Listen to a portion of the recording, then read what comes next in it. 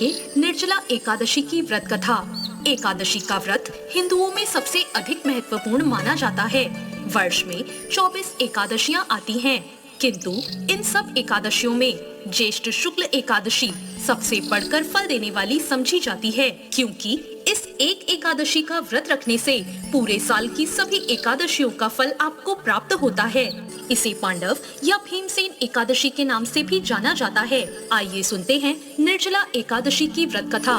एक बार पांडवों में सबसे शक्तिशाली भीमसेन ने व्यास जी से कहा, हे परम बुद्धिमान पितामह, मेरी बात सुनिए। राजा युधिष्ठिर, माता कुंती, द्रौपदी, अर्जुन, नकुल और सहदेव ये सभी एकादशी को कभी भोजन नहीं करते और मुझसे भी हमेशा यही कहते हैं कि भीमसेन एकादशी को तुम भी कुछ नहीं खाया करो, परंतु मैं उन लोगों से यही कहता हूँ कि मुझसे भूख बर्दाश्त नहीं होती। मैं भगवान की शक्ति पूजा आदि तो कर सकता हूँ, दान भी दे सकता हूँ, परंतु भोजन के बिना मैं नहीं रह सकता। इस पर व्यास जी ने कहा, हे भीमसेन, यदि तुम नरक को बुरा और स्वर्ग को अच्छा समझते हो तो हर महीने की दोनों एकादशियों को अन्न मत खाया करो। भीम ने कहा, हे पितामह, मैं तो पहले ही कह चुका हूँ, मैं भूख सहन नहीं कर सकता। यदि वर्ष भर में कोई एक व्रत हो तो मैं उसे रख सकता हूँ, क्योंकि मेरे पेट में व्रत नाम वाली अग्नि है, उसे मैं भोजन करके ही शांत कर सकता हूँ। भोजन करने से वह शांत रहती है, इसलिए पूरा उपवास तो क्या, एक समय भी बिना भोजन के रहना मेरे लिए बहुत कठिन है। इसलिए आप मुझे कोई ऐसा व्रत बताइए जो वर्ष में केवल एक ही बार करना पड़े और मुझे स्वर्ग की प्राप्ति हो जाए। यह सुनकर श्री व्यास जी ने कहा, हे पुत्र, बड़े बड़े ऋषियों ने बहुत से शास्त्र आदि बनाए हैं, जिनसे बिना धन के थोड़े परिश्रम से ही स्वर्ग की प्राप्ति हो सकती है। इसी प्रकार शास्त्रों में बताया गया है कि दोनों पक्षों की एकादशी का व्रत करने से मुक्ति मिल जाती है। श्री व्यास जी के वचन सुनकर भीमसेन नरक में जाने के नाम से भयभीत हो गए और कहने लगे, अब क्या करूं? माह में 2 व्रत तो मैं नहीं कर सकता, लेकिन पूरे वर्ष में एक व्रत करने का प्रयत्न मैं अवश्य कर सकता हूँ। इसलिए पूरे वर्ष में कोई एक दिन व्रत करने से मेरी मुक्ति हो जाए, ऐसा कोई व्रत बताइए।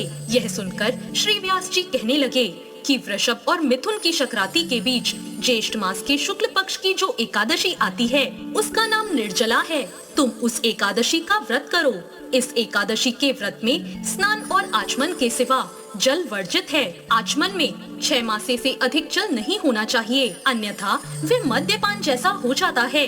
इस दिन भोजन भी नहीं करना चाहिए, क्योंकि भोजन करने से व्रत नष्ट हो जाता है। यदि निर्जला एकादशी के सूर्योदय से लेकर द्वादशी के सूर्योदय तक अगर कोई जल ग्रहण ना करे तो उसे सारी एकादशियों के व्रत का फल प्राप्त हो जाता है। द्वादशी को सूर्योदय से पहले उठकर स्नान आदि करके ब्राह्मणों को दान देना चाहिए। इसके बाद भूखे और सच्चे ब्राह्मण को भोजन कराकर आप भी भोजन कर लेना चाहिए। इसका फल पूरे वर्ष की संपूर्ण एकादशियों के बराबर होता है। व्यास जी कहने लगे, हे भीमसेन, मुझको स्वयं ये बात भगवान ने बताई है।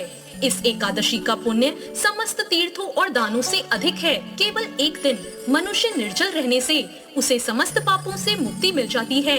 जो मनुष्य निर्जला एकादशी का व्रत करते हैं, उनकी मृत्यु के समय यमदूत आकर नहीं घेरते, उन्हें तो भगवान के पार्षद पुष्पक विमान में बिठाकर स्वर्ग ले जाते हैं। अतः संसार में सबसे श्रेष्ठ निर्जला एकादशी का व्रत है, इसलिए पूरे यत्न के साथ इस व्रत को करना चाहिए।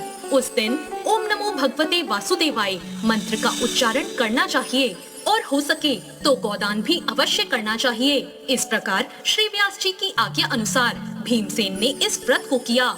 इसलिए इस एकादशी को भीमसेनी या पांडव एकादशी भी कहा जाता है। निर्जला व्रत करने से पूर्व भगवान से प्रार्थना करें कि हे भगवान, आज मैं निर्जला व्रत करता हूँ, दूसरे दिन भोजन करूँगा, मैं इस व्रत को श्रद्धा पूर्वक करूँगा, अतः आपकी कृपा से मेरे सभी पाप नष्ट हो जाएं। इस दिन जल से भरा हुआ एक घड़ा वस्त्र से ढककर दान करना चाहिए। जो लोग इस दिन यज्ञ आदि करते हैं, उनका फल तो वर्णन ही नहीं किया जा सकता।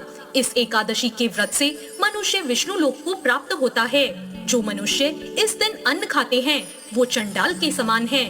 वे अंत में नरक में जाते हैं। जिसने निर्जला एकादशी का व्रत किया है, चाहे वो ब्रह्म हत्यारा हो, मदिरा पान करता हो, चोरी करता हो या गुरु के साथ द्वेष करता हो, इस व्रत के प्रभाव से वो स्वर्ग जाता है। श्री व्यास जी ने कहा, जो पुरुष या स्त्री इस व्रत को श्रद्धा पूर्वक करते हैं, उन्हें सबसे पहले भगवान का पूजन करना चाहिए, फिर गोदान करना चाहिए और उसके बाद ब्राह्मणों को मिष्ठान व दक्षिणा देनी चाहिए।